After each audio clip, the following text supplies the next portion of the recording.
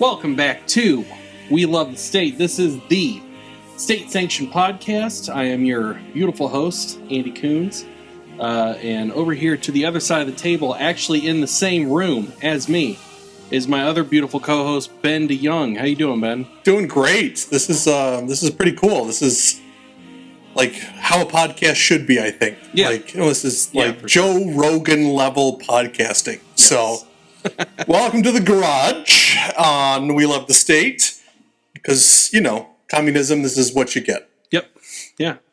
So this is like the pre Joe Rogan. Like if you're in now, like if you're listening now, like kind of like what Clint was saying, like all of his Twitter follows before he hit 50K, like they're like the good ones. They're like the golden children. And you guys listening right now to us, like in the garage, because eventually we'll be in like a big office building. Oh, this is like I think Jeff Bezos started off in the garage. Mm-hmm. What's his phrase from Apple? Bill Gates. Bill Gates. Bill Gates from Apple. Bill Gates from Apple. Well, I think he did save Apple at one point in time, but yeah, definitely not from Apple. But like again, humble beginnings comes greatness, and it's definitely going to happen. Yep. So today, I guess we're just kind of talking about whatever, really. I mean, the Libertarian Party of New Hampshire had an interesting week. So I didn't know. I mean, I saw some like communications in the Libertarian Discord, and I was like, "Oh, look at that!" It's like my notifications was like, "Oh, normally it's around 4 or 5," and I go in and check, and it was like 10, 15. I was like, "Holy crap! Are people like taking me because?" I'm kind of like, freaking out, like, what am I doing? So I start scrolling through Discord, and I see Angela McArdle post something about, like, don't engage. We're definitely... I did not see that. Okay, yeah. Because I definitely engaged. I mean... All right, Angela, if you, by any chance, if you listen to the podcast... My bad. Yeah. Andy's bad. But I did the opposite. Like, I didn't engage on anything. So I don't know at all what's going on. So Andy and I, again, we talked a little bit, previous to recording this. So I'm not really sure. I know that there was a John McCain tweet that the Libertarian Party of New Hampshire threw out there. Yeah. And there was some repercussions. First of all, if you're not aware, the Libertarian Party of New Hampshire has had a sordid history with John McCain. The first thing, and this is... And we're not talking like love-hate relationship. We're talking hate relationship. It's a relationship, but we're not going to throw any labels on it, yeah. The first major, shit-talking tweet about John... Maybe it wasn't the first, but the first one that got my attention... which to this day, I've said this, Dave Smith has said this, and Jeremy Kaufman has said this. It is the greatest tweet of all time. And that is the Libertarian Party of New Hampshire tweeted out, John McCain's brain tumor saved more lives than Anthony Fauci. And you can't disagree with that. I mean, okay, the guy's dead and that sucks, but he was... Like the hard biggest numbers back that up. Biggest war hawk, neocon. I mean, if you looked up the definition of neocon in the dictionary, you're gonna get his face. So, I mean, yeah, I can't argue with that, right? I mean, but at the same time, it sucks that somebody died, and you don't want to I think you don't want to make fun of death, but at the same time, when it comes to comedy especially, you want to point out the ironies of death. And that's a great point. See, I come at it from a different angle because you don't want to make fun of death when it's regular people. If I had a friend whose dad died or something like that, you don't want to make fun of him. You don't want to make fun of some elderly woman or elderly man who passed away in a nursing home. These are regular people. But to me, people like John McCain, nobody says that you can't make fun of Hitler's death. You know? Right. Like anytime someone's like, oh, he killed himself, he took the pussy way out, you know? Like nobody's like, hey man, don't make fun of Hitler. Don't make fun of Hitler's death. Just a caveat, we are not comparing John McCain to Hitler. Oh, I am. Okay. Well, all right. I'm not saying that there isn't parallels. That's for damn sure. I put John McCain on the same level as Hitler as far as how evil they are. You know, he signed off on the war in Iraq. He started 7 wars with Barack Obama. Like countless innocent people have died. Well, and not only that, but like the war in Iraq, even when the weapons of mass destruction, that whole came out as like, this is bullshit, and it was made up by the FBI, CIA, blah, blah, blah, just to justify the war. Mm-hmm. He was one of the few people that stuck behind his vote. Yeah. Like, it's a catch-22, because you're almost like, well, you know what? At least he's following through. Yeah. With, the type of person he is, but at the same time, you're like, this guy is sick. Yeah. Yeah. He clearly almost has an agenda. Like, mm-hmm. He's looking to pay back and punish those who he feels did him wrong. And it doesn't matter whether it's Al-Qaeda, whether it is China, whether it's Russia. I mean, like, he's just looking for an enemy to kill mm-hmm. to make him feel better. Yeah, that was always my impression of him, and that very well could be, that very well could be. But even then, like that to me, it's like, well, that's sick. That's like psychotic. If every foreigner you see from a different, if every poor person from a different country that you see is the same as the Viet Cong dude that kicked your ass or whatever for 5.5 years, so just to clarify, John McCain was a POW, mm-hmm. Allegedly. I recently heard a theory about his time spent in the prison camp in Vietnam. Okay, so we are talking Vietnam here, so we're talking the like 60s and 70s. Yeah. So there's the accepted narrative, and first of all, like I'm not saying that I believe in this other idea. I think it's very interesting. But there were some people, like there were interviews with some of the Viet Cong soldiers who were in that camp with John McCain, and they were saying like, we treated him like royalty. There were other fighter pilots, American fighter pilots in Vietnam that were like, we don't know what the fuck he was doing. Like if there was enemy fire, he should have turned back and headed towards base. But he didn't. He kept flying behind enemy lines and then ejected, And he broke one of his legs and both of his arms whenever he ejected from the plane. But there's that. There was a fire on the SS Forrestal, which was the aircraft carrier that he was stationed out of, and it killed like dozens of people. Their camera went out. Oh well. Rolling with the punches. Yeah, but we still have 2 live cameras. Yeah. So the SS Forrestal was the aircraft carrier that he was stationed out of, and there was this fire that was started, killed all these U.S. soldiers. All right, and people who served on the Forrestal with him were saying that he started that fire.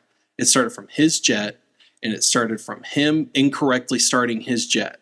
But he's a trained pilot, Now, I don't know anything about fighter jets. I don't like, and that's why I'm a little hesitant to be like, oh my God, it's all bullshit, because I don't know enough about not only the Vietnam War, but fucking fighter jets and aircraft carriers and stuff like that to really latch onto that. But I find it interesting that these theories are out there. Well, and he wouldn't be the first politician to exaggerate something that makes him look good. All right. So, whether it's sell himself. Right. Like, I mean, it's not, I'm trying to think, it's not Nancy Pelosi. Who's the one who was talking about being a Native American, and it's like 1/1,000,000%. Elizabeth Warren. Elizabeth Warren, that's what I was thinking of. Yeah. I always isn't that weird? I get Elizabeth Warren mixed up. And she's probably like 10 years, if not 20 years younger. So, yeah, anyhow. You? No. She's like 80. Yeah, they're very old. But anyhow, like you age really well. I do, and it's my birthday. Not gonna say like exact date, but it's coming up in 2 weeks. Anyhow, yeah. I mean, it's not the first time a politician has publicized or exaggerated a story that makes them look good, and clearly that was a big part of him running against Barack Obama was his war history. So it's just, it's so again, going back to, the most recent tweet. So what was the tweet specifically? I know it was around John McCain. Yep. So, so what was the tweet? And then what was the feedback that you read initially? Okay. So, the most recent National Treasure tweet, I'm going to say, because it was beautiful. I loved it. From the Libertarian Party of New Hampshire. It showed a picture of Meghan McCain crying over her father's casket. And it said Happy Holidays. It was on the 4-year anniversary of John McCain's death. So was that a retweet from her Twitter? I don't know. With like it wasn't a retweet for sure. Okay. They tweeted that picture of Meghan McCain crying over John McCain's casket and said Happy Holidays above it. So going back, so if that had been a Meghan McCain tweet that of her and her dad, it was just a picture and they tweeted it. And then that, if New Hampshire's Libertarian Party took that picture, added some context to it, like Happy Holidays, to me, that's like perfect trolling. Because if she was trying to use that picture as to advance her own career, and then the Libertarian Party of New Hampshire was like, "Oh, we're gonna screw with you on this." So it kind of is like that. Okay, it kind of is, but not as direct. Okay, because let me tell you about this piece of shit, Meghan McCain. All right? So, first of all, a lot of people were like, this is disgusting, this is bad messaging, stuff like this. I hate John McCain. I hate Meghan McCain. I think they're both awful fucking people. And I think this is how you treat war criminals. Like, and so when people are like, don't disrespect dead, and I'm not talking about you specifically, but when people are like, this is disgusting, this is not how you treat a grieving daughter. I'm sorry. There was somebody else who tweeted, and I spit out coffee whenever I saw this. I was laughing so hard. Somebody put in quotations, "Man, why is everybody so disrespectful to my deceased father? Pol Pot's kids." And I'm like, that guy fucking gets it, because this is like public. You should publicly shame war criminals. The day that George W. Bush dies, I cannot wait to see what the Libertarian Party of New Hampshire says, because that guy's a fucking monster. Well, I mean, even to that point. So he just announced a masterclass, George W. Bush, about being a leader. And Russell Brand ripped the fuck out of that. I mean, he did a great podcast.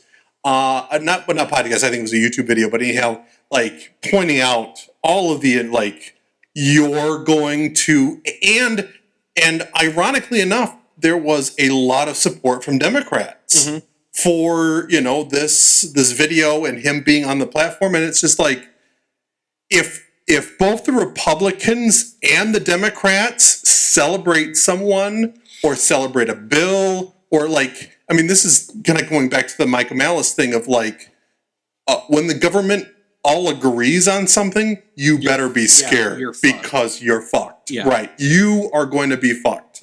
So whether that is a new war resolution, whether that is more money for the IRS, it doesn't matter. You're going to get screwed. Yeah. If you got Republicans and Democrats voting yes on a bill like that, that just means they're coming for you. Yeah. And not you, the multimillionaires, you as the everybody blue-collar worker who makes $45,000 a year. Right. I mean, to take that kind of back to the John McCain thing, like, I mean, that was his big shtick, really, as a politician, was war. Like, he was pro-war at 24/7. It didn't matter where it was, when it was, and who it was with. He was going to support it. Yeah. And clearly, you know, his daughter followed in his footsteps. Yep. And so you have, you're right, you have two war criminals. Now, yes, there may be some disagreements on to what level of war criminality they participated in. But there's no doubt, and I don't think there's anybody that says he was anti-war by any stretch of the imagination. Okay, so kind of going back to that tweet, I get the insensitivity of it to a point. I recently had a family member pass away.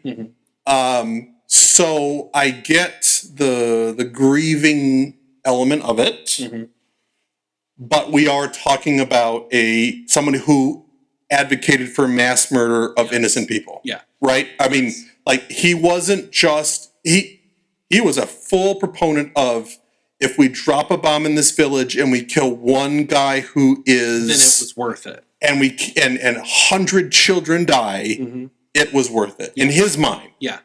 That, to me, is a war criminal. Yeah, and that's why, like, it's that sentiment why I look at people like John McCain and George W. Bush and Barack Obama and Dick Cheney and Hillary Clinton. I look at all those people and I'm like, I'm sorry, there is no... the only thing you're missing is the tiny mustache, you know? But, I mean, Adolf Hitler did not physically shove Jews into furnaces. He didn't physically do that, all right? But he advocated for all that. He ordered all of that. He signed the paperwork. He signed the fucking paperwork. So I'm sorry, when one of these blood-soaked monsters dies, we should be celebrating, you know? And well, I mean, let's go back a little bit. Should we be celebrating, or should we at least point out the world is a safer place? That, like, here are the things that maybe this person, I mean, can you imagine this being Adolf Hitler on the TV and the news radio was like, or the TV, where, well, Hitler did, turn Germany's economy around from, a bushel of Deutschmarks buying a loaf of bread to a superpower in less than 10 years. Oh, that's a great point. What he did for Germany was amazing. But at the same time, he did kill 3 million Jews. Yeah. To me, that's kind of like you're going to say it from both perspectives. You're going to show, like, the good and the bad. I mean, history doesn't show any good for Adolf Hitler. Yeah. But I can guarantee you textbooks are going to show a lot of good for John McCain. Yeah. Here's something that the history books don't teach you. Adolf Hitler, hell of a hacky sacker. He loves the sacks. He loves kicking around some sacks, especially if he could get them from, like... He had those pants that cuffed right below the knees. he's got hacky sacks dangling on both sides of his pantaloons. Yeah, you know what? That would not surprise me. I can just imagine him, like, on the Arc de Triomphe in Paris. Oh, you know, like hacky sacking it up with Hermann Göring or something. John McCain, I can't see hacky sacking, which I wonder if, like, that does to make him worse than Hitler, because I don't see him having. That was Hitler's only redeeming. Hitler could hacky sack. Yeah. John McCain, I mean, he could barely crack a smile. Fuck. I mean, the guy is twisted, without doubt. I mean, going. One more thing that makes Adolf Hitler better than John McCain: Adolf Hitler can give you a high five. John McCain cannot. Well, Adolf Hitler could only do it with one of his arms because the other one was shaking too much. So, like, I mean, yeah, he could give a high five, but you would have it'd be very mistimed on, like, oh, wait, high. It's not a high five; it's a hail five too. Like, so you have to, like, chase it around as it's shaking in midair. I don't know which is worse. I mean, like, yeah, John McCain, no high five. Adolf Hitler, good luck. Mm-hmm. So kind of going back to Meghan McCain, because there was a point I was trying to make, but then we got off on something else. So Hitler is a hilarious person. That's what we got off. Yeah, great guy. Anyway, a few mistakes, but you know what? He was trying to be funny. He was trying to be funny. Gotta give him at least that, right? He's trying to be funny. So anyway, Meghan McCain. So McCain Hitler. All right. So Meghan McCain. So on one occasion, there was a photo op that she had at her father's gravesite. All right, and she did this whole thing, and she was like milking her father's death. Which, fuck it, milk your piece of shit father's death, whatever. But she brought her kid out there. All right, that just a point to clarify. Okay.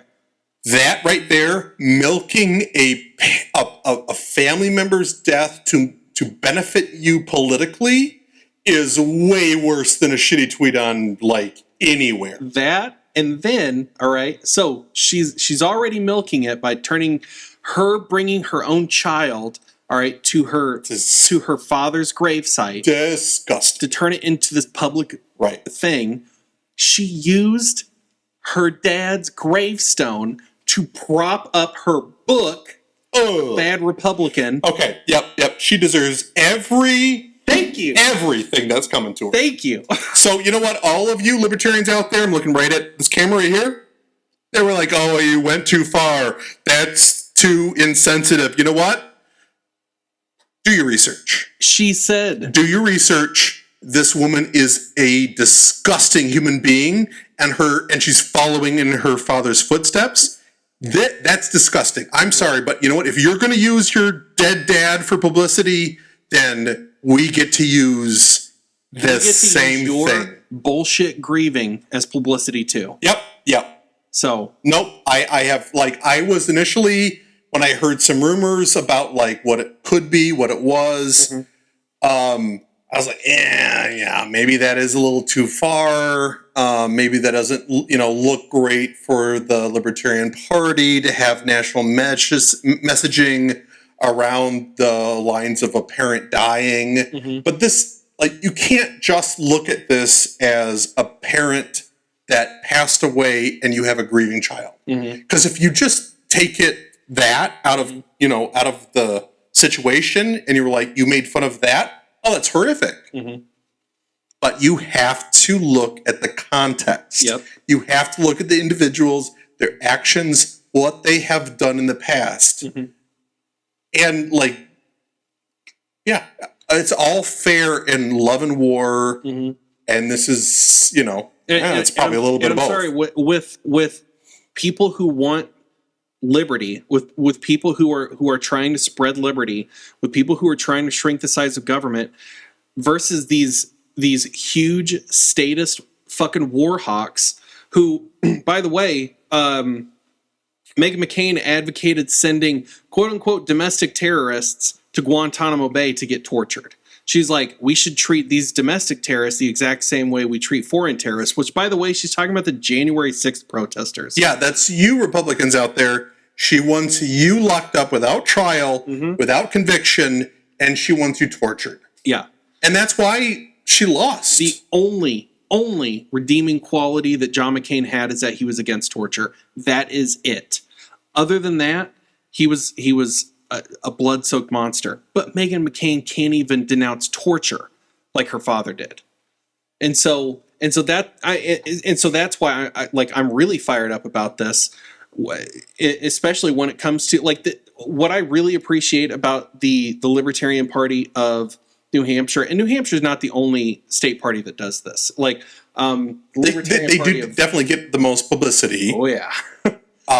But you're right; they're not the only party. Well, it's what I really appreciate about the Libertarian Party of New Hampshire's Twitter account, at least, is they say things like they are. We like the way that our society is right now is everything, and this is what I can't stand about like the pragmatists and the Libertarian Party too, is like they're softening the message, they're making it more appealing and stuff like that. But more appealing is whitewashing it. And they're not telling the truth about these fucking people. They're not telling the truth about John McCain. They're not telling the truth about George W. Bush, Dick Cheney, Hillary Clinton, all these people. They're not telling the truth. Tell the fucking truth. That is, there are mountains of dead bodies. There are innumerable amount of children who watch their parents get slaughtered from the American military machine. There are a mountain of parents in the Middle East whose children are dead because of disastrous American foreign policy. And that's why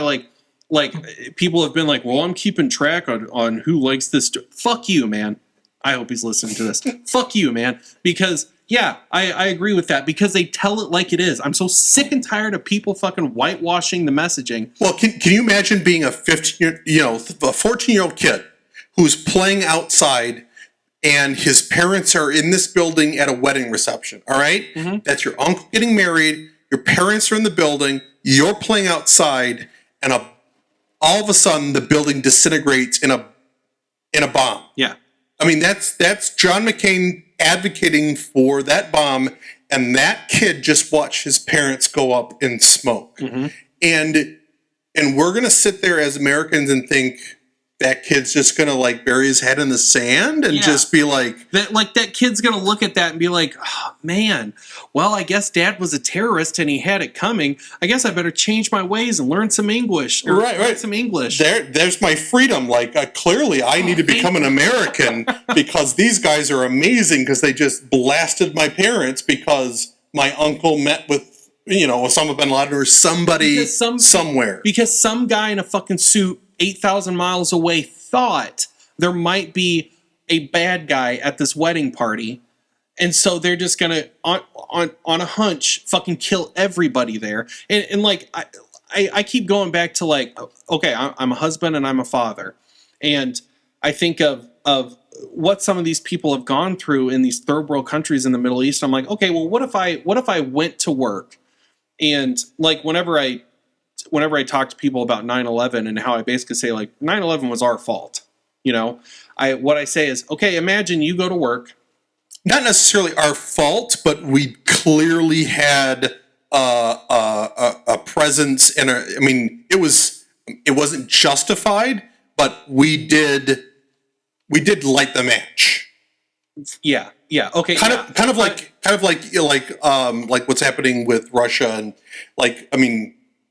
Ukraine is, not at fault, but we lit the match. Mm-hmm. So, coming back to people don't understand how devious the United States foreign policy is and how corrupt it is, because we are talking about a body that is paid and supported and elected by the military-industrial complex. These are like companies who make billions on weapons. Mm-hmm. And on top of that, they just, I don't like how the woke and the progressive side of the United States make everything about race. All right. I'm not a big fan of that. All right. I'm going to throw that out as a caveat.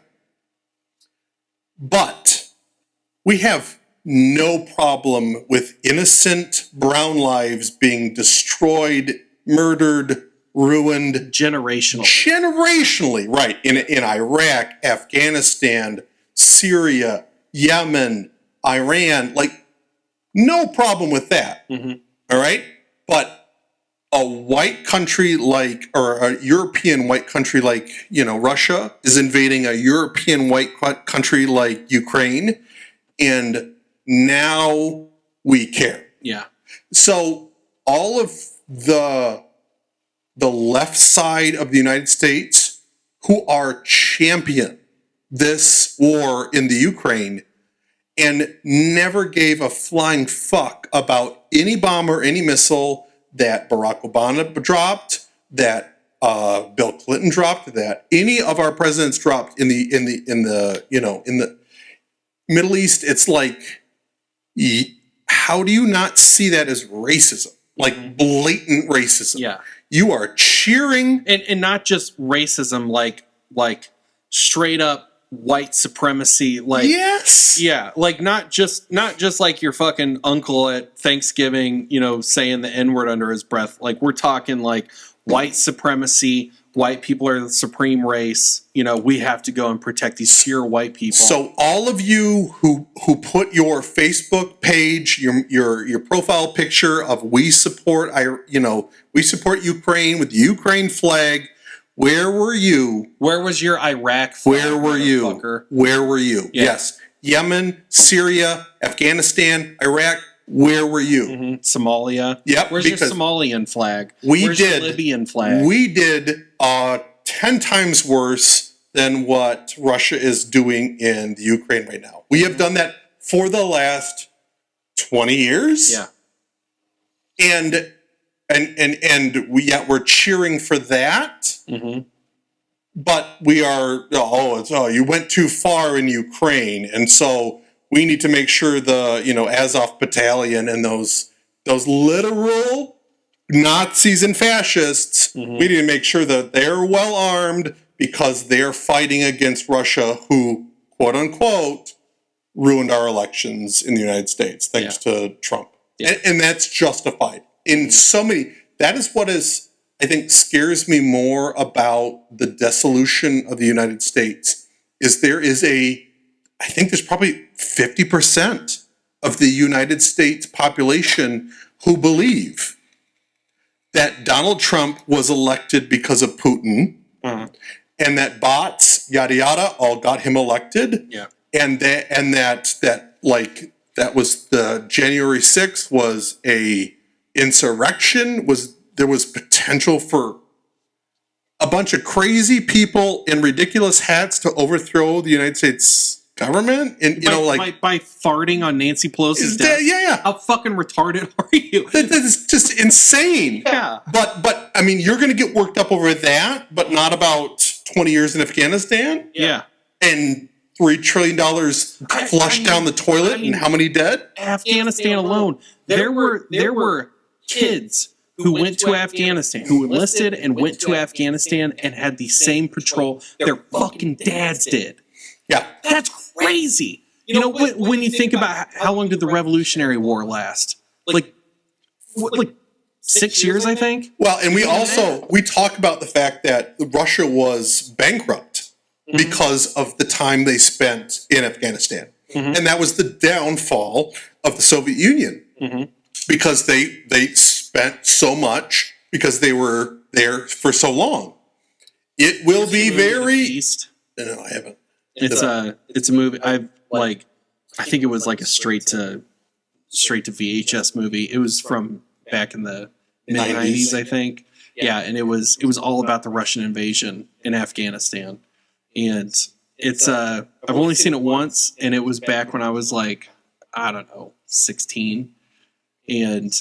But yeah, it was all about the Russian invasion in Afghanistan. And there's one like Russian soldier who by the end of it, he's like, this is bullshit, and he defects from the Russian military, But that's the playbook. Like, we had the playbook. Here is what happens when you invade Afghanistan, right?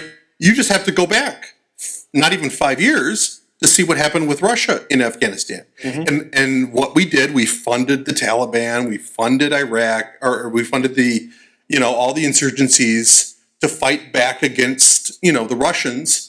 And we look at history and say, oh yeah, that was the beginning of the end of the USSR because it bankrupted them because they got stuck in the mire of Afghanistan.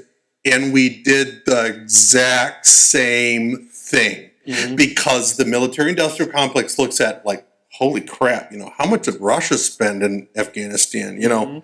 We could turn a profit. We could do the same thing with the U.S. military. And they turned a profit for 20 years. 20 fucking years. Isn't that crazy to think like we can't fix our roads or our healthcare? Like all of the leftists that want, cradle to grave government support. Nanny state. Right. Yeah. And now they're championing billions to Ukraine. Mm-hmm. And I mean, and they're wondering why everything's getting so expensive. Oh, I mean, like, it's just so crazy to me to think that if our guy is in power, then it's justified.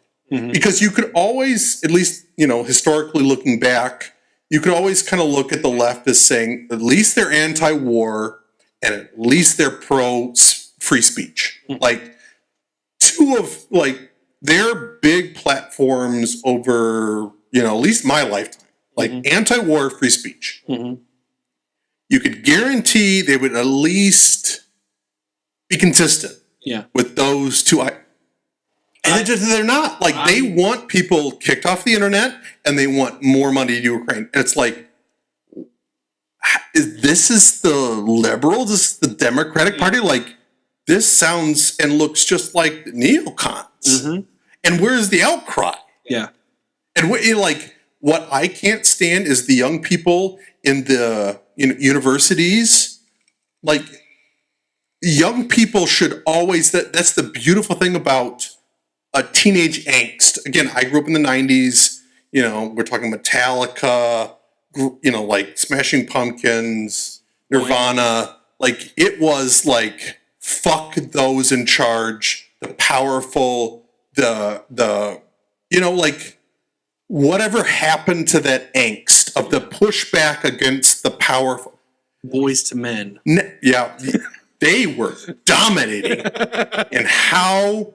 Yeah, all right. That was probably the turn of the 90s that went, on the dark side.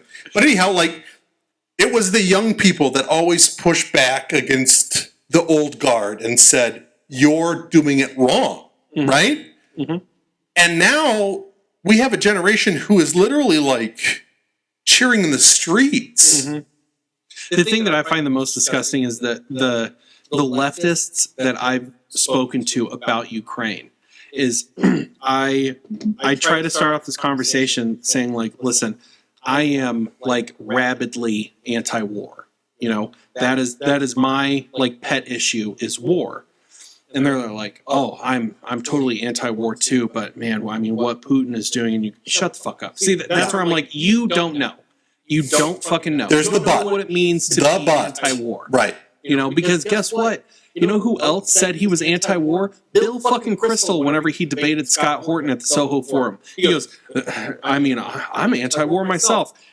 Right there, Scott Horton should have walked over and slapped that dude in the fucking balls. And so don't ever say that you're anti-war in front of me ever again, Bill fucking Kristol, architect of the Iraq War, architect of the horrible Bush administration foreign policy. Don't ever say that, Yeah, I think the biggest issue that I have is it's okay if my guy's doing it, all right? Yeah. Because if Trump had won re-election and was doing everything that, the left would be losing their mind.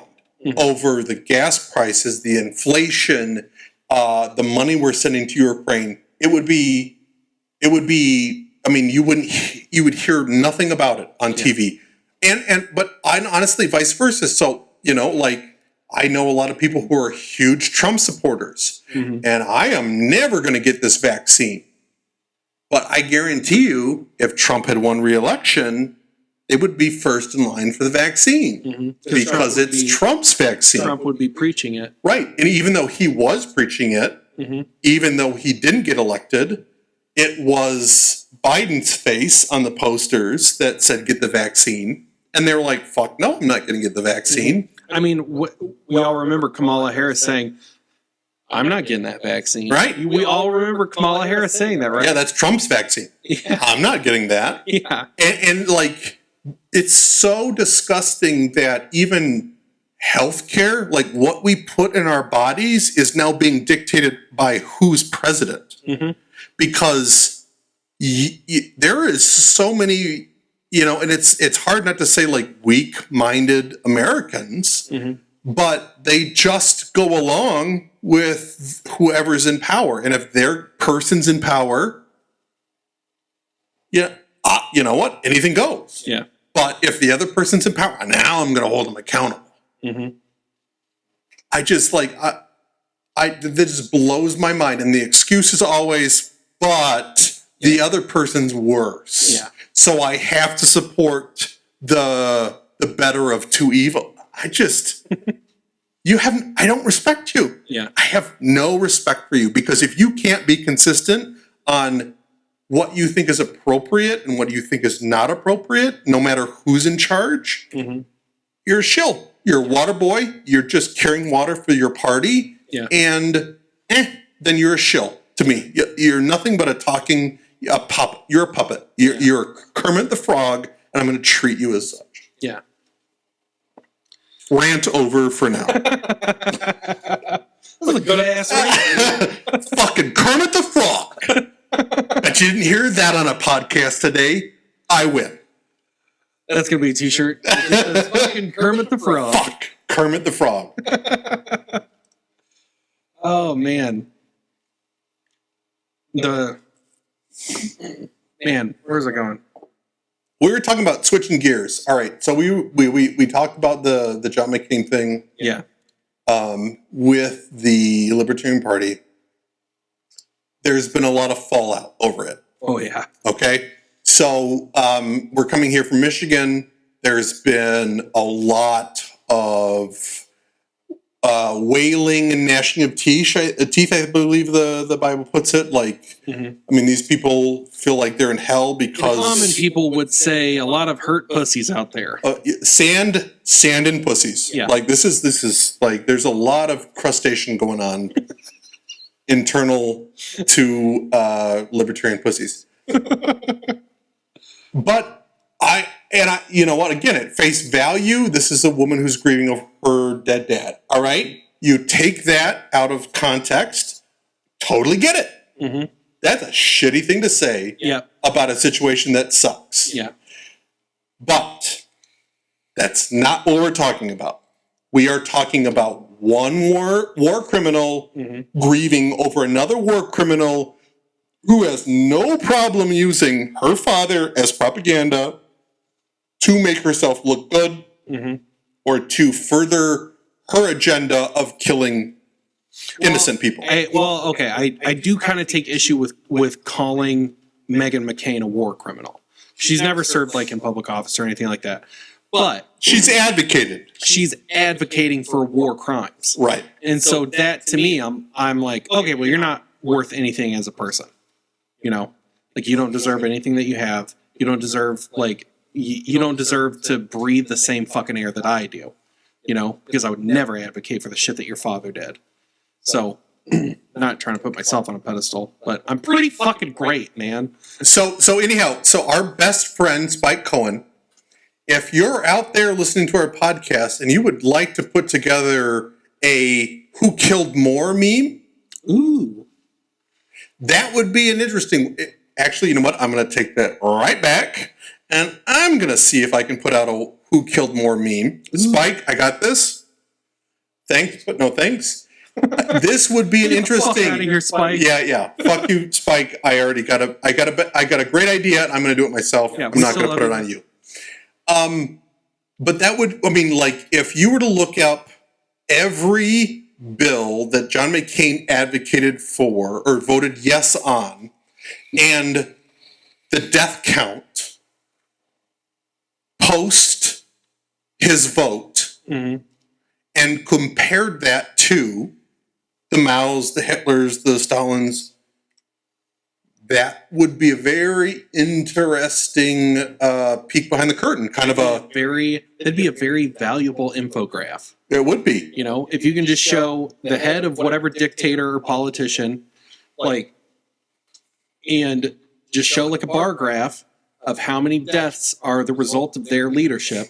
Yep, over their tenure in political office, and like how many people died while they were in political office voting for policies that caused the deaths. I mean, there is something to be said about, I think, Mao and Stalin. A lot of deaths that were under their watch was due to starvation because of the policies they implemented. So it wasn't directly correlated to, I want to kill 3 million people, here's my signature, go and do it. Yeah. McCain and his voting record as far as my understanding, when it comes to foreign policy, he wasn't advocating for farmlands in Ukraine and oops, the downside was we blocked a dam and 100 people or 1,000 people died because they didn't get water, right? That's an oops, blah, blah, blah. McCain advocated for killing people. Like, it wasn't like a, oops, I really wanted to solve world hunger and I killed 1 million people. He literally said, I know there is going to be a lot of innocents that die in this, whatever it is, whether it's a drone, whether it's a raid, he was fine with it. Like, it didn't matter. Like, if the one person that he suspected of being a terrorist died, it did not matter the collateral damage. And to me, that almost makes him worse than a Mao or a Stalin who was trying to do the right thing in their deluded, socialist, communist mindset, but the outcome was 1 million dead. McCain knew how many people were going to die when he launched the drone or the bomb or whatever it is, and he was okay with it. To me, that is a darkness that you can't write off. That is a darkness that makes you undeserving of the title of human being. And especially a human being who gets celebrated. And that's why, like, I'm going back to Libertarian Party of New Hampshire, is they call these people what they are. They treat these people how they're supposed to be treated. John McCain, Dick Cheney, all those people that I've said 1 million times on just this episode, they don't reserve an ounce of respect. They don't. I'm sorry. The homeless crackhead that lives downtown deserves 1 million times more respect than these fucking monsters do. And that's why, like, when you talk about the Mises Caucus and the messaging and stuff like that, and there were even some people in the Mises Caucus that were like, oh, this is too far. And I'm like, no. Like, this is the shock to the system that people need to fucking see. Well, I think, kind of going back to your point earlier where you were like, if this was made about Adolf Hitler, would there be this kind of outrage? No, and absolutely not. Everybody would just accept it. Yeah, exactly. But because he was a U.S. citizen, we give him a out? A pass? Right, like, then it's just all of a sudden... It's not acceptable to mock the death of Adolf Hitler because he was German. Yeah, it's because he was an evil sociopath. Like, that's why. Yeah, you anti-Germanic people out there, you're just racists. That's why you hate Adolf Hitler. Like, you just hate Germans. That's your problem. Like, I don't know. You schnitzelphobes. Like, yeah, you schnitzel fuckers. Like,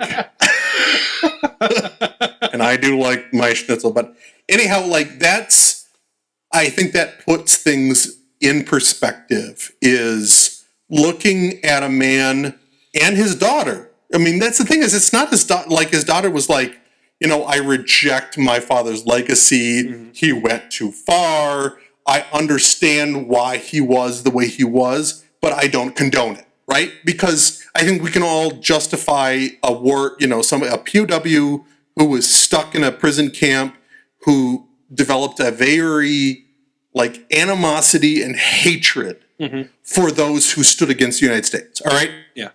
That, I get it, all right? I get it. You know what? I married a narcissist, and I justified her behavior because of her upbringing, right? But at the same time, you need to decide, just because you can justify it doesn't mean you should be supporting it or putting up with it, or being in the same room with it. And that's what we need to say is like, all right. You married John McCain? Oof, very close. Marginally more attractive, similar personalities. Killed a lot less people, hopefully. Well, their spirits, at least. But, like, you can't just applaud it because it was your dad and then expect the American people to like follow behind you and say, you know, he was a great war hero. Mm-hmm. Like the libertarians who are like pointing their finger at this and using it as an example of how the Mises Caucus is ruining the party, right? Mm-hmm. Because I think that that's what they're trying to do is say, you're going too far. This is inappropriate. This is bad messaging, yada, yada. If this was Hitler on the day that Hitler died and a relative was crying over his grave, would you feel the same way? Right. Right? Because like... Because what are you crying for? Right, but I'm just saying, like, those of you out there who are listening to the podcast, and who are like, that's too much. That's too far. This just proves that the Mises Caucus is a detriment to the party, and not only can I not get behind it, but I'm going to create a list of every libertarian who supported this tweet, and I'm going to make sure they pay. Yeah. Right? Because there are libertarians, and I know this for a fact, who are putting together this list mm-hmm. of people who they feel are wrong. I mean, wrong is not. I don't think justifies it, but detrimental to the party. Right? All right. These are the people that we want out of the party.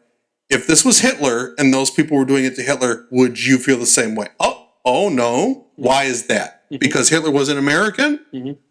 So you're a nationalist then? Mm-hmm. Ooh. Oh, you're a nationalist? Mm-hmm. So somebody with the U.S. citizenship, we have to revere no matter what they do mm-hmm. because we're nationalists? Mm-hmm. Well, are you a libertarian then? Yeah. Because you really need to start looking at them in the mirror and saying, mm-hmm. are you a libertarian or are you a nationalist? Yeah. Because if the person who has the passport that says they're a U.S. citizenship, if you're going to give them a pass when you don't give somebody else a pass, mm-hmm. you're a nationalist. Yeah. Yeah, absolutely.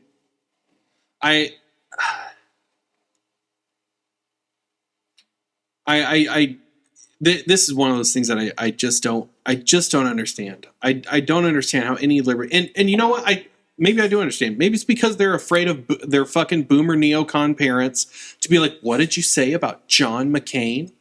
You know, maybe they're afraid of that conversation, which it's like, I mean, stop being a pussy about it. Like you need to look at the trajectory that our country is headed in. Whether it's the fucking Federal Reserve, whether it's the warfare state, whether it's corporate welfare, whatever it is, you need to look at the trajectory that our country is heading in, and you need to light a fucking fire under your ass. And I'm sorry, this is what that looks like. And John McCain is part of that trajectory. Yes, he put us on this path. Yes, he was one of the guardrails on this fucking path. And so I'm sorry, no amount of, well, we should at least be respectful. Fuck that. Fuck being respectful. No, you cannot be respectful when you're trying to affect actual change. When you're trying to affect actual positive change in the country. Sorry, you can't treat it with kid gloves. We can't treat the Federal Reserve with kid gloves. We can't say, well, what if you only printed this much money? We all know what happens. We all know what happens as soon as they turn those fucking printers on. We know that. You know? And so why lie about it? Why not just be 100% honest about the Federal Reserve, about the wars, about these fucking politicians, about the uniparty? Be honest about it. Just say what it is. Well, I think, part of it is, that it's using an image of a daughter crying over her dead father. And I get that is insensitive, right? If that's what it actually was. Mm-hmm. But what it was a photo op. Mm-hmm. And we just have to look back at what she's done at her dad's gravesite before mm-hmm. to know was a photo op. So we're not making fun or disrespecting a daughter who is crying because her dad is dead. Mm-hmm. That's not at all what was happening. Mm-hmm. And so we are calling it out for what it is. And it, like, again, you libertarians out there who are like, oh, this is too far, you went, like, do your research and see what Meghan McCain has done in the past to try to use her dead dad as a political tool. Mm-hmm. And the fact that she's done it means that the gloves are off. Mm-hmm. She also said that Julian Assange should rot in hell. Yeah. I forgot about that. So. Yeah. I mean, like, again, gloves are off. Mm-hmm. She took them off, and we shouldn't have to put them on because we may hurt someone's feelings. Yeah. And that's what it comes down to, is a tweet like this at face value hurt feelings. Yep. And God forbid you do a little research to find out, well, has Meghan McCain used her dead dad as a political leverage in the past? Oh, she has? Does she then? Yeah, okay. Has she used her dead father as a political tool? Okay. Do people who do that deserve to have their feelings protected? Right. Fuck no. Nope. They open themselves up to this ridicule because, I mean, that's their choice. Mm-hmm. They used it as a political tool, then we can use it as a political tool. Yeah. So, yeah, I have no sympathy for anyone who is crying over this messaging. Yeah. You know, initially I was like, but the more we talk about it, it's like, yeah, I've got nothing. Mm-hmm. I have no sympathy, no regrets, no, you know what, if you're butt hurt over this, you shouldn't be in the Libertarian Party. If you're butt hurt over this, imagine what John McCain's victims feel like. Yeah. Just imagine. The children who were standing there and having fun until a bomb destroyed them, killed their parents, and killed everything that they knew. There are two pictures that stand out in my mind, and one is of a little Middle Easterner girl, and she's like 5 or 6 years old, and she's crumpled down on the ground, sobbing and crying. And she's right next to this wall, and you can just see there's blood splatter all over this wall. And she is sitting there next to the feet of her dead dad, you know, and she's just crying. I mean, this little girl has lost everything, you know. There's that picture. Contrast with another picture of a little boy who's about 7 years old, and he's an American boy. And he is standing in front of his father's casket. Now, okay, so these two pictures, this is what I see as the cost of these wars, you know? And so, all right, talking to libertarians now, if you have children, if that doesn't automatically make your blood boil and think that the people responsible for those two images should be at best behind bars for the rest of their lives, well, then if it doesn't give you at least some sense of that, then like I have bigger concerns about you know. But it's like like as a father, I think of my children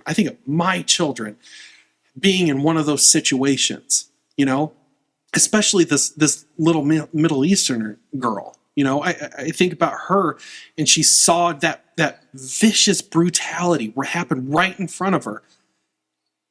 First of all, what the fuck do you think is going to happen with that little girl? You know, just like what we said, it's not like I saw the error of my ways or whatever. Yeah, I can't wait to go to McDonald's tomorrow. Thank you, United States of America. Yeah, she's going to grow like, okay, so she's going to grow up and she's going to want to get vengeance, and so we're creating more terrorists. John McCain probably created more terrorists than anybody else. John McCain and Dick Cheney both probably created way more terrorists than they started with. And I always say, like, okay, if I went to work one day and did my job, and then got home, and then my house was just burned to the ground, and the bodies of my children and my wife were in the front lawn dead. That would probably drive me crazy enough. I'm going to move hell or high water to get revenge. To get revenge on whoever or whatever did that. You know, I might even fly a plane into their fucking World Trade Center. You know, like that's what that would do to me. Yeah, so I don't know how we're doing on time. We just hit 1 hour. Okay. You want to keep going? We can if you want. Okay. So I watched a video comparing the DCU with the WB. Mm-hmm. So they were looking at kind of the Man of Steel / Batman vs. Superman versus the Avengers 1 and 2. Mm-hmm. All right. There has been a lot of talk about Zack Snyder being a libertarian because if you watch his films from a libertarian perspective, the hero chooses to save the day in a DC comic, or at least in a Zack Snyder film, where in the Avengers, they feel obligated to save the day because they have the power to do it. Mm-hmm. Therefore, they have to do it, yeah. Right? There's no choice there. It's just obligation. Yeah. Well, we were talking about Uncle Ben with Spider-Man. Right. With great power comes great responsibility, which is, if you really think about that, that's a fucking neocon slogan. Yeah. But looking back at the Zack Snyder films versus the Avenger films, one of the things that I found pretty fascinating is in the Batman versus Superman, you see the destruction that Superman Man of Steel caused in Metropolis. I mean, the buildings were falling down, people were dying, there was a guy who got trapped under the rubble and lost his legs. And there was a real ramification for that destruction because the guy who lost his legs turned to Lex Luthor and turned his wheelchair into a bomb to try to kill Superman, who he felt was responsible for the destruction and the loss of his family and the loss of his legs. That's what Ron Paul said in the debates in 2008. Like, why do you think they hate us? Yeah. Because we just walked in one day and was like, oh, we have democracy. And they were like, fuck democracy. We hate democracy. Let's blow you up. Mm-hmm.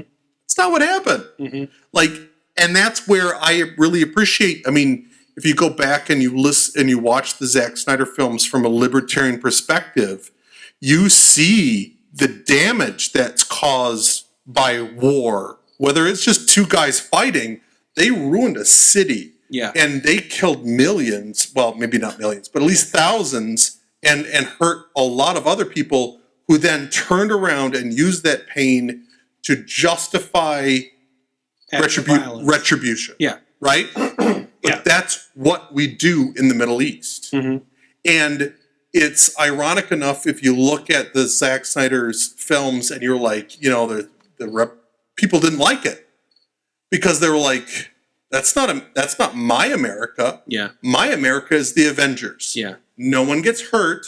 Buildings collapse. Good guys win. Bad guys lose. End of story. Mm-hmm. Zack Snyder's Justice League and Batman vs. Superman, they introduce choice and consequences. Mm-hmm. And America doesn't like those. Yeah. So they like, with great power comes great responsibility. But here's what's funny about that phrase. You know who else subscribes to that phrase? Thanos. Yeah. He's got great power. He knows he has great power, and he feels like he has a responsibility to quote unquote save the universe by killing half of it. You know? And so, I mean, with great power comes great responsibility is the ultimate neocon phrase, and the ultimate neocon in the MCU, Thanos, subscribes to it. Yeah. Yeah, it is very interesting when you start looking at our heroes, because Jordan Peterson talks a lot about like the idea of like heroes and villains, and these ideas of like this is what a hero acts like and does and says, and this is, but unfortunately, if you take your glasses off, your USA glasses, and you start looking at the world through more of a realistic perspective, we're not the good guys. Like, people don't understand, like, we are the American Empire. We are the Empire. Like, if you want to look at Star Wars, we are the Empire. Like, we are on the side of Darth Vader and Emperor Palpatine. We are killing. Alderaan is Hiroshima and Nagasaki. Yep. We blew up and we killed millions of innocents. And all for the greater good of the Empire. Yeah. So there's another theory, and I don't have any like corroborating evidence or anything like that, but it was a theory that was told to me. They said that two of the people who served on was it Truman or Eisenhower? I can never remember which one dropped the bomb. Truman dropped. Was it Truman? Okay. Two of the people who served on his advisory board for the Manhattan Project were these like steel barons, and their two largest competitors were in Hiroshima and Nagasaki. So that's why they chose those towns. I mean, those are conspiracy theories. I've actually read some of the same things when it comes to the Titanic. Like some of the barons that were on that boat that some people wanted off the chart.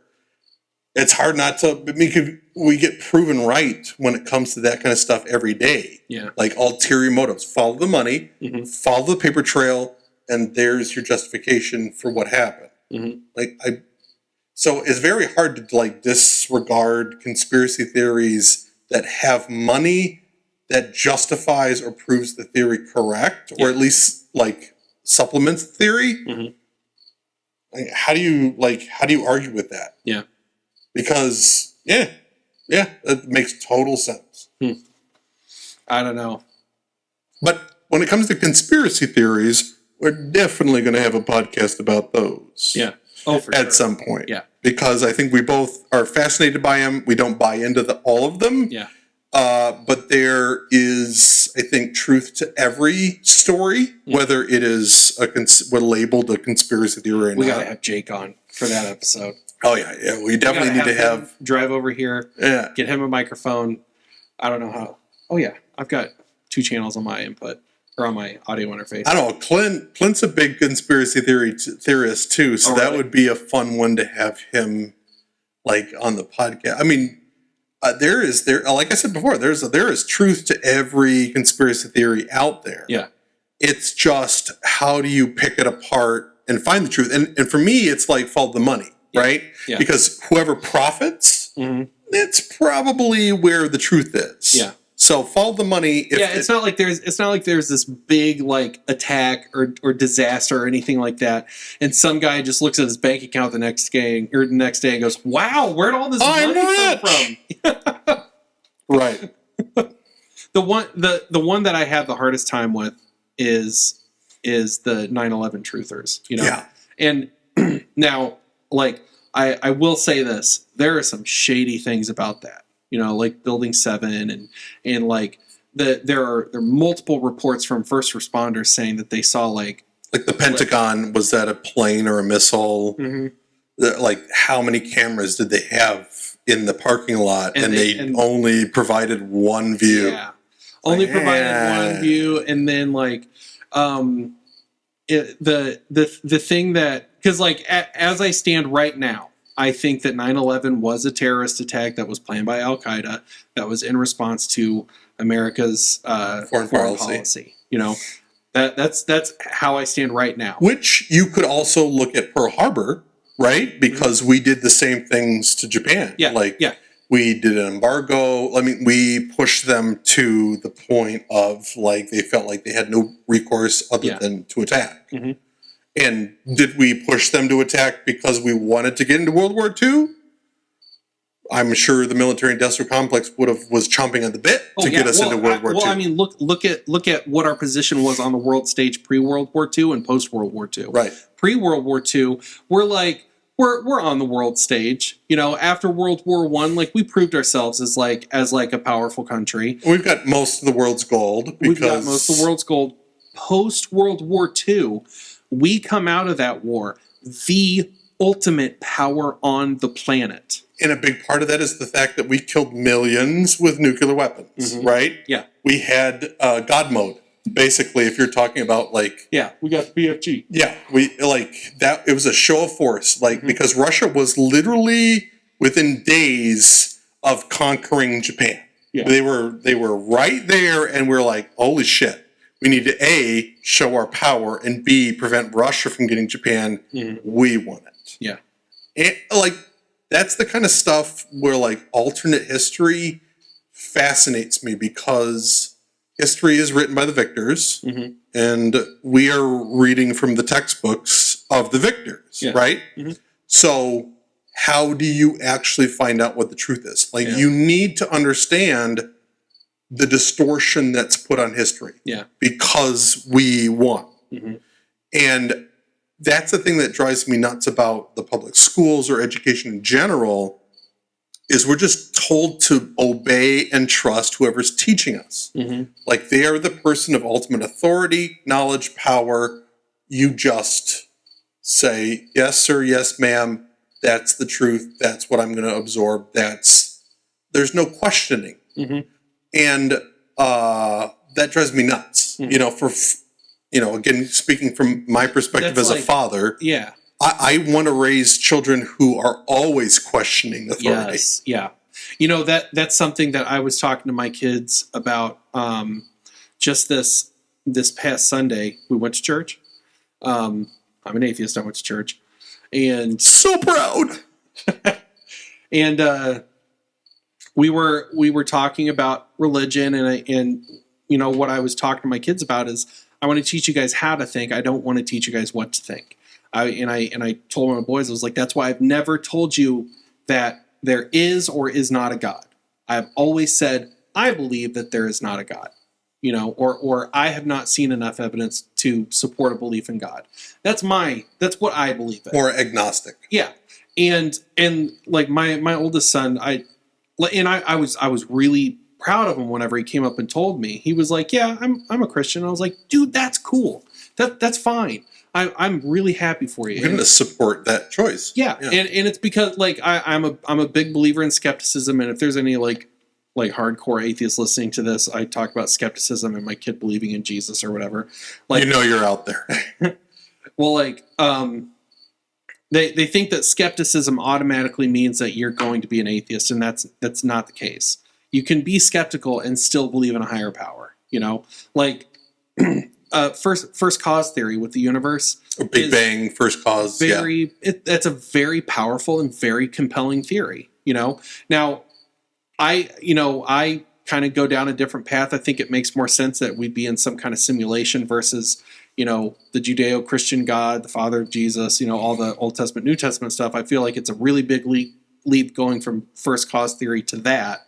But I can totally see how somebody looks at first cause theory and be like, okay, I think there is something out there that set all this stuff in motion. I'm totally fine with that. And I think that is perfectly employing the tool of skepticism. Right. You know? So I think skepticism is one of the most important tools out there. I think people try to co-opt that to automatically mean, well, if you're skeptical, that means you don't believe in God. And it's not. Or if you're skeptical, you're a conspiracy theorist. Like you're immediately written off if you don't believe the narrative that is fed to you. But I mean, the tool of skepticism is used to weed out false information. Right.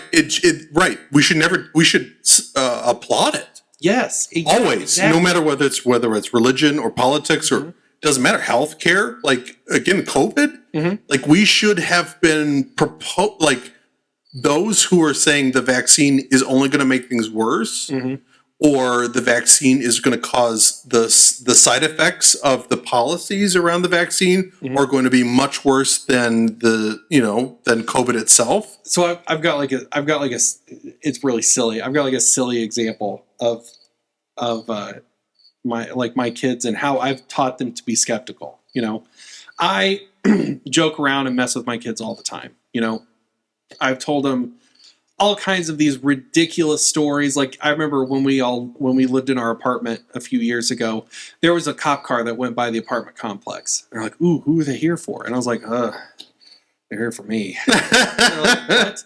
I'm like, "Yep. Your dad's been caught." Like, remember when I told you all those years ago that I robbed a bank? Well, they finally found me. And so I would kind of joke around with them like that, and I cannot get away with anything now. If I say I got bit by a tiger, they'd be like, "All right, whatever." Yeah. But it's I have healthy skepticism. And so, and one thing I tell them all the time is I was like, if somebody wants you to believe in something, if they say something, they're making a claim. And if anybody comes up to you and makes a claim, the first thing out of your mouth should be like, "What's your evidence? Yeah, what's the evidence for that? Prove it." And and so I could go up to them right now and be like, "Oh, I robbed a bank," and they'd be like, "Prove it. Where's the money?" And it's silly, but at the same time, I've taught them that skill, and I'm really proud because I'm like, again, I don't care if they use that tool and it gets them to a different point that I'm at. Right. They don't have to be a libertarian. They don't have to be an atheist. They don't have to be agnostic. They don't have to be any of the things I identify as. But I know wherever they wind up, it's going to be through reason and logic. And I forgot the bigger point that I was going to make with this, but yeah, I'm proud of those kids. And I think that's important is the fact that, I mean, we do have an education system that is built around making robots. Oh, yeah. Oh, okay. So, because they're supposed to go to the factory, scoop the dirt, scoop the whatever, and leave. Like, you punch in, you punch out, do what you're told. You don't question authority. Like an assembly line. Yeah. That's what our education system is supposed to do. Yeah.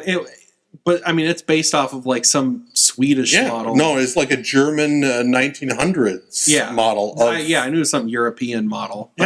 But yeah, it was basically modeled after like an assembly line where you go into this space for X amount of minutes and then you leave and you learn this little chunk and then you go to the next, spot, you learn this little chunk and it's all based off of an assembly line.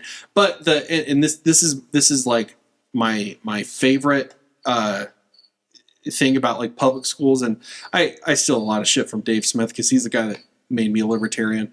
But he said, and I actually think he got this from Tom Woods, but he said, imagine if Walmart ran the public schools and you walk into one of these Walmart schools and on the walls there are pictures of all the past Walmart CEOs, and they each had little tidbits about them, like this CEO could never tell a lie and chop down a cherry tree. This CEO freed all the slaves. This CEO did this. This CEO did that. And everything was controlled by Walmart. End of the day, we salute the CEOs. Yes, we pledge allegiance to the logo of Walmart. To Walmart. By the time those kids graduate, do you not think that they're going to think that Walmart is the greatest, most powerful grocery store that's ever existed? And whatever they have to do to get you your fucking discount gallon of milk is justified? Right. These aren't public schools. These are government schools. Yes. And you need to understand that they are government schools. Yes. So, that's a big thing. Even with my kids is like, I talk to them about, I don't care about your grades. Does it make me a bad parent? I think some people that might be watching or listening are like, you should care about their grades. That's their future. That's their ability to get into college, blah, blah, blah. Mm-hmm.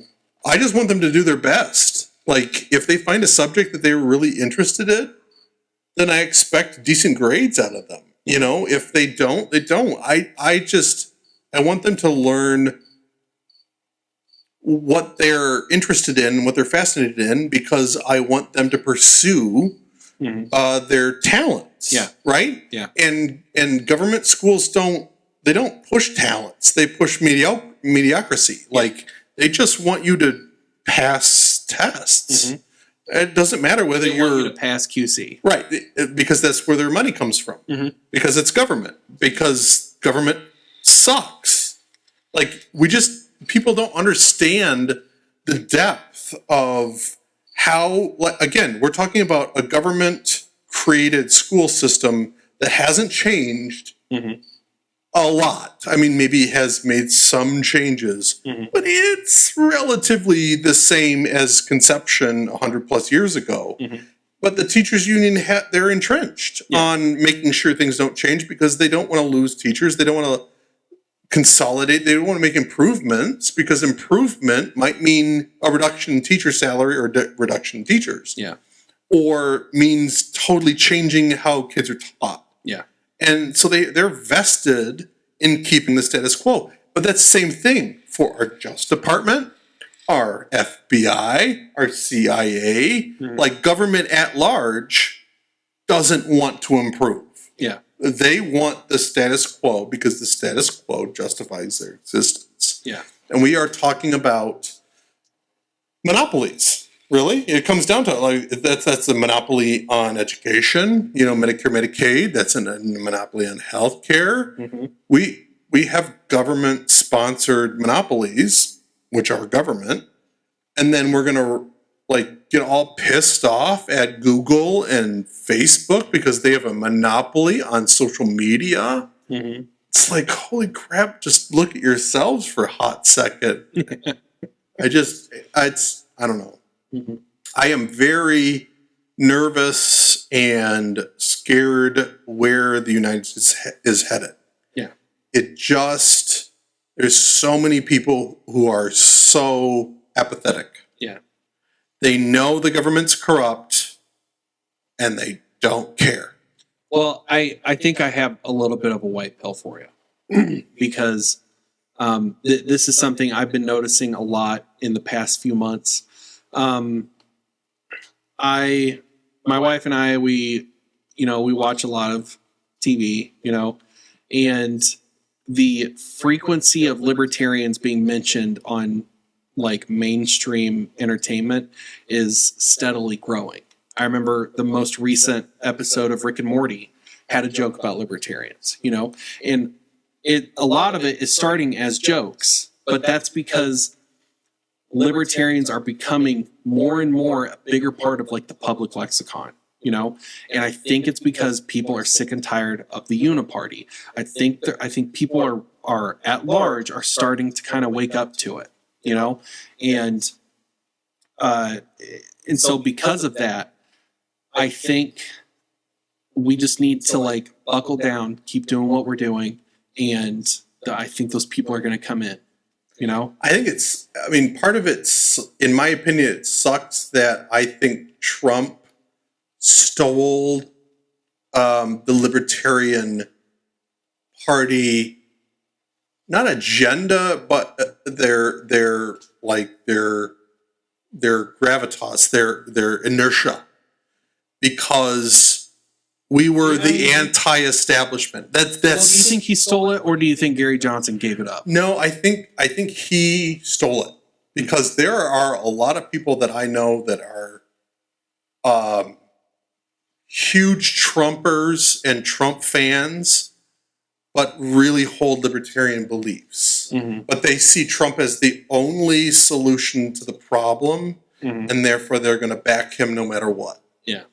And I think, looking back at, the candidates that the Libertarian Party has put forward, we fucked up and we failed. I mean, you can't push back against Trump with the candidates that we put forward. Like, you got to be better than Trump. You got to beat Trump at his own game. And we're trying to play Hillary Clinton's game. And that's why I think Dave Smith is the only person who could do that. Because Trump, at the end of the day, is a fucking stand-up comic. That is what he is. I agree. Listen to any one of his rallies. He's doing crowd work. Crowd work. And so the only and that's why he fucking smoked Hillary on the debate stage, is because she's a robot, and she was used to debating other robots and sharing a stage with other robots. Read the script, you read the script, whoever reads the script better wins. Exactly. And he didn't have a script. He just said whatever the fuck he wanted. Didn't matter how it looked, or didn't matter whether he grabbed a pussy or whether he screwed a porn star. Yeah.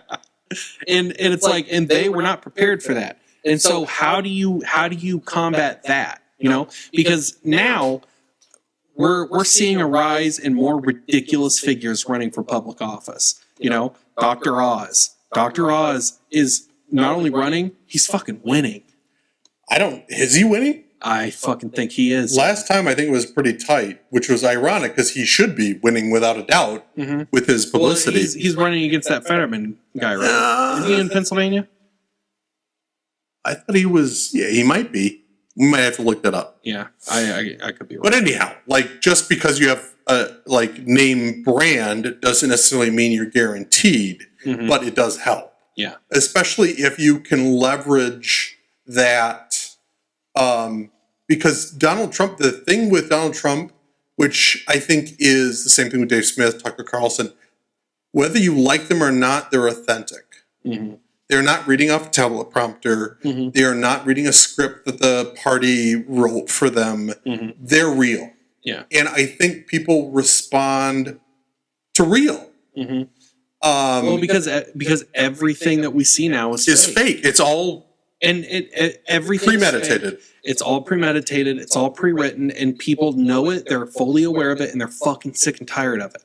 You know, to a degree, though, that my concern is, I think there's a large enough majority of people who are so apathetic they just don't care, and they just turn off the TV.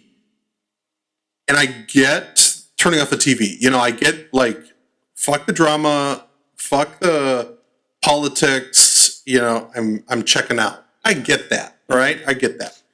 But those who aren't checking out are going to win then. Yeah.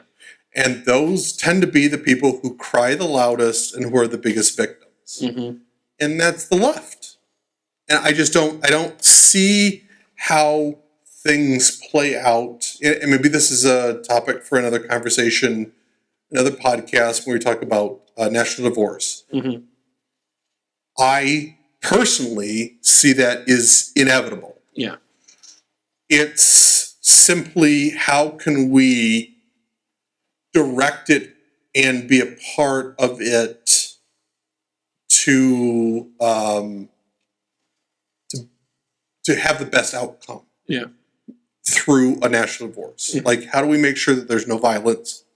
How do we make sure that freedom is a number one priority for any and all states that decide to disassociate from the union? Well, I know you and I have talked about this before, but it's like I feel like that is a great opportunity for the National Party, for the National Libertarian Party, is like, yeah, we keep talking about national divorce, but a lot of people want to know, like, what does that actually look like? Right. You know, what is step 1, 2, and 3 they of see, national They divorce? see that and they hear civil war. Yeah. They hear racism. Yeah.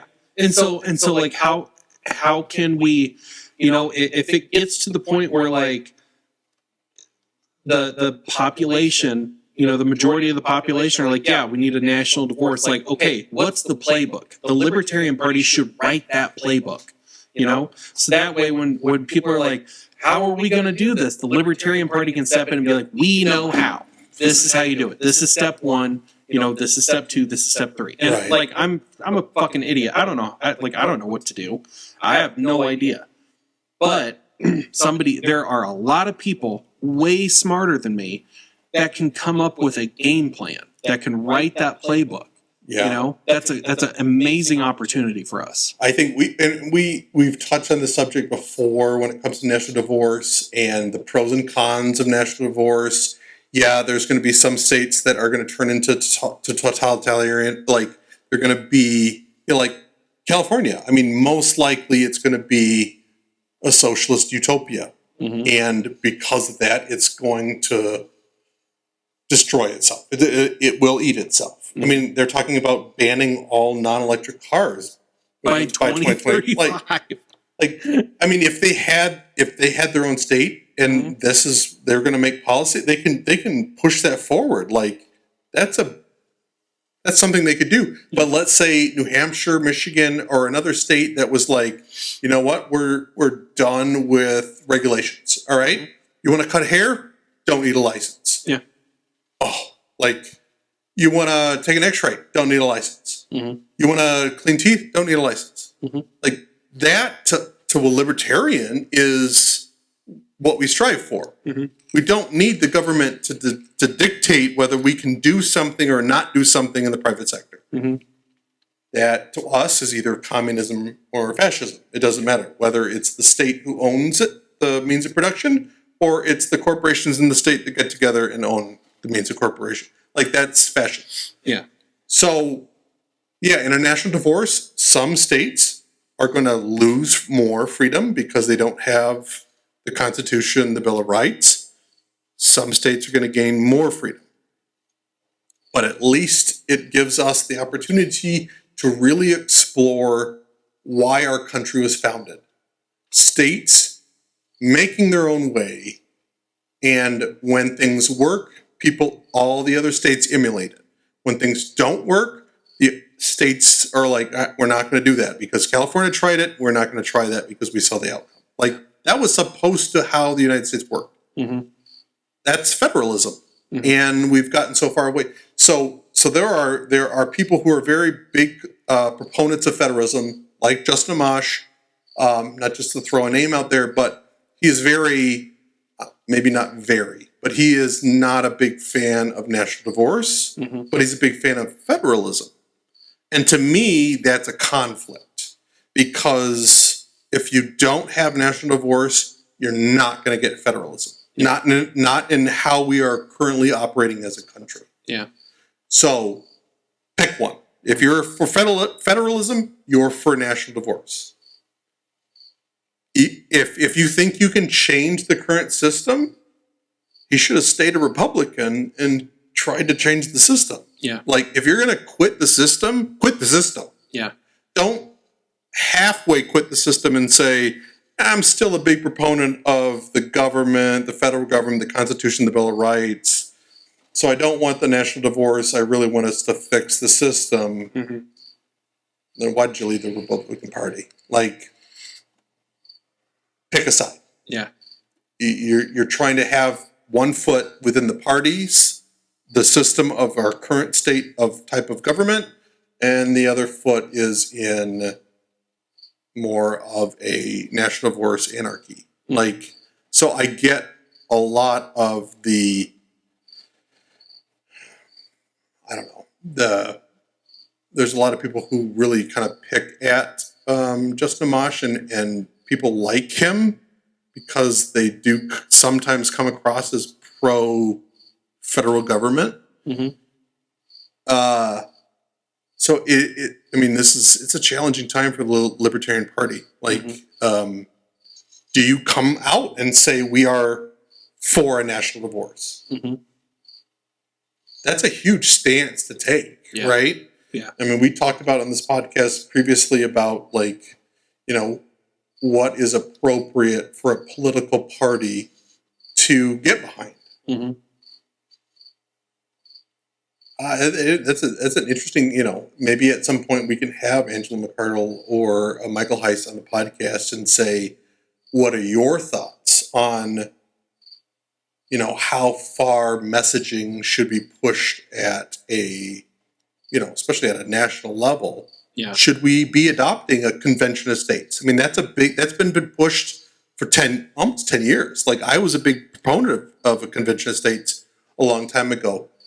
But to my knowledge, there isn't a political party who's ever really condoned it or got behind it or pushed it. It's been its own thing. But is that appropriate?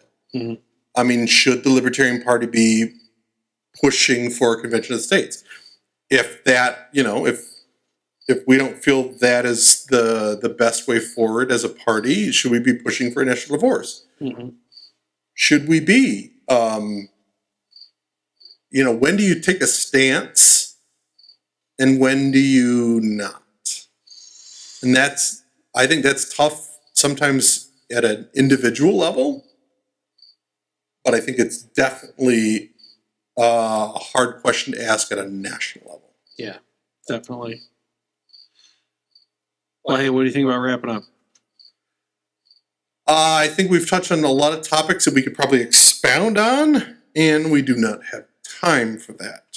But stay tuned for further episodes where we may delve into national wars or convention of states or, hell, we didn't even really touch on religion in this episode.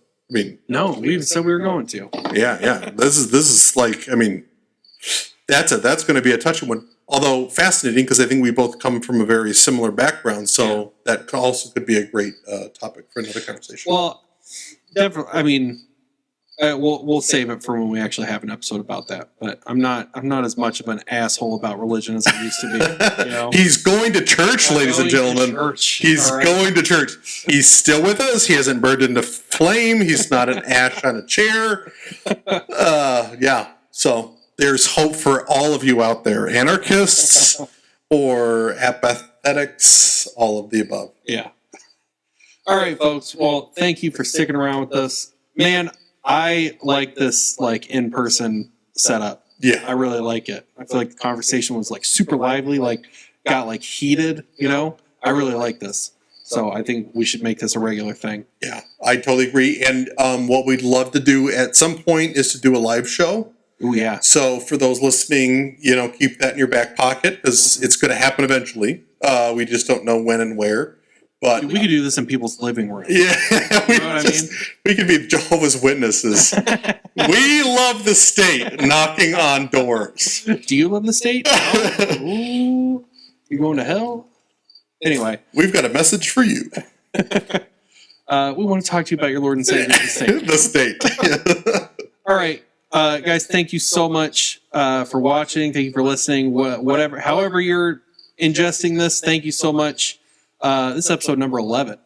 Number 11. We crossed number 10. We're into 11 territory. Double digits. Hell yeah. This is where the hungry come to feed. Wait. That's from a movie I don't remember even. I don't know. Something about hungry people. But anyway, so thank you for all the support. And if you want to find me on socials, you can find me on Twitter at Andy_Coons. That is KOONS. If you want to find me on TikTok, that's where I have the largest audience.